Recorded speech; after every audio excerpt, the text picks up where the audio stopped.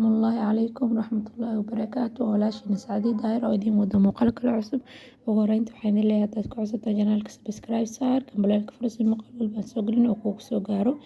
Insha Allah waxaa u baahan tahay buskud haysatid ayaa soo shiidanaysaa. Waxaa u baahan tahay karameel. Karameelka waa ka maarmi kartaa. Waxaa u baahan tahay caanaha macaan xoogaa. Caanaha macaan xataa waa ka maarmi kartaa. Sonkor. Caanaha macaan bedelkooda waxaa u bedelanaysaa caano caadi ah ku qasaysaa burka, ku qasaysaa buskudka. Dan waxaa ku daraysaa sokorta. Waxaa kale u baahan tahay jubno oo muthalath murabbac ay jubno haysatid oo isticmaali doonta insha Allah. Hadda waxaan sameynaynaa jubnada soo wada fiiqaynaa waa ku soo shubaynaa.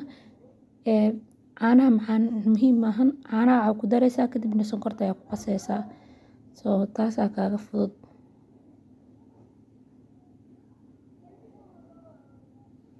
Hadday waxyaalo qalqalad ku jiraan fiidiyowga iga raali noqda. Insha Allah waxaan rajeynayaa inaan dadaali doono oo si qurux badan kuugu soo duubi doono fiidiyoyaashayda. Codka hadduu hooseeyana iga raali noqda. Sidoo kale makarafoonka cilad yar ka jirta. Hadda waxaa ku daray caanihii macaanaa xoogaa. Waxaa ku daray jubnadii ayaa ku daray. Waxaa ku daray wax yar oo subag ah. Inaan duubay ayaan umaleynayay marka ku daray. Laakiin kadib waxaan ka waayay inaan duubay. Hadda waxaa soo qaata bahashan oo sida loof-loofka camal ah. Waa ku shubayaa. Waa ku dhajinayaa. Waa ku sisimaa. Waa ku dhajin doonaa insha Allah. Sidaas ayaa ku soo wadayaa. Korna waxaa kaga shubi doonaa sida ka arki doontaan. Waxaa ku soo shubay intani nus koob caano ah iyo shukulaato iyo qishta.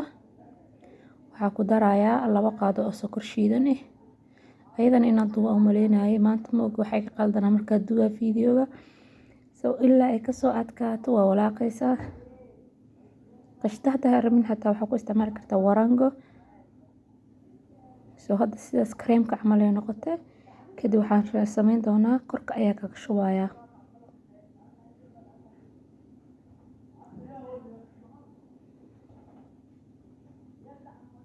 Sidaas ayaan sameyn doonaa insha Allah korka kaga shubayaa. Kadibna baca afka kaga xiri doonaa si oo madaboolay mogtay maadaama ay kulushahay. Baca ku xiraaya talaajada iska geli doonaa insha Allah. Sidaas markay qabowdo kadib xabadkaada soo baxsanaysaa. Haddii rabtid 3 xabad saaranaysaa. Karameelka deeta ay sheegay ayaa korka kaga shubanaysaa. Wabillahi tawfiiq way isku dhamaatay. Hadda saxan aan saaran maadaama ay jilicsan tahay bahasha. Mac salaama.